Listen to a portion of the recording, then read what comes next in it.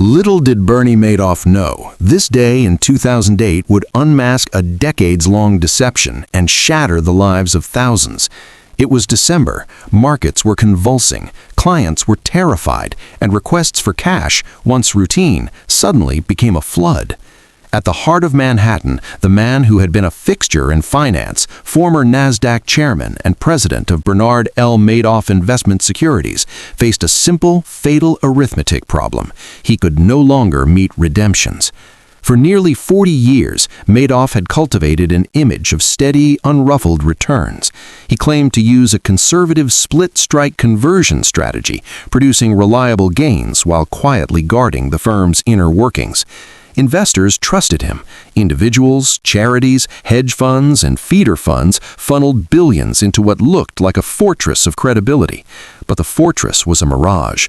There were no trades behind the glossy monthly statements, only a ledger of paper profits and a steady parade of new money used to pay old investors. The classic Ponzi mechanism, pay earlier clients with later ones, had been perfected and institutionalized. Tension built years before the arrest.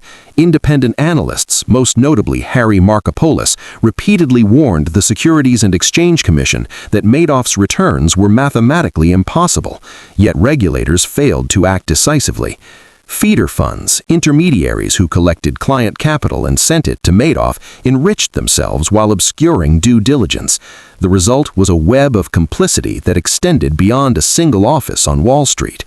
The 2008 financial crisis produced the moment of truth.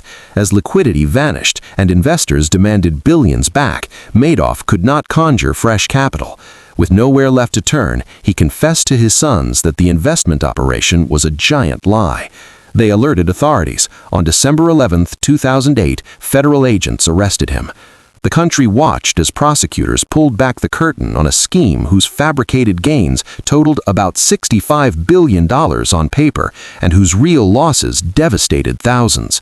Investigations revealed how the conspiracy functioned day to day: falsified account statements, phony trade confirmations, and a tiny accounting arm that produced doctored records. The trust Madoff accrued through reputation, social proof, and long relationships masked the absence of legitimate operations. His complex social networks and the opacity of feeder funds insulated him from scrutiny. Clients liked the returns and often accepted minimal transparency. The legal aftermath was swift. In March 2009, Madoff pleaded guilty to 11 federal felonies. By June, he received a 150-year sentence. Yet conviction offered only a sliver of justice. Victims ranged from wealthy families to small charities, some wiped out. Others found partial relief through the tireless work of court-appointed trustee Irving Picard, who sued banks and feeder funds and recovered billions to redistribute to defrauded investors. The scandal exposed not just one man's criminality, but systemic failures, regulatory lapses at the SEC, the moral hazards of unchecked intermediaries, and an industry culture that sometimes prized returns over verification. It also produced human tragedy. Madoff's sons, stunned by the revelation, faced devastation. Mark died by suicide 2 years after the arrest. Andrew would die of cancer years later. The family itself became collateral in a story of betrayal. Years on, lessons remained. The Madoff affair prompted reforms in oversight and a renewed emphasis on due diligence, better audits, tougher scrutiny of third-party fund structures, and more responsive regulatory mechanisms. Yet the core lesson is social and timeless. No reputation, however luminous, substitutes for transparency and independent verification. This was not merely a tale of stolen money. It was a cautionary chronicle of how trust can be weaponized, how networks of complicity can sustain a lie, and how, when markets strain, the illusion finally collapses.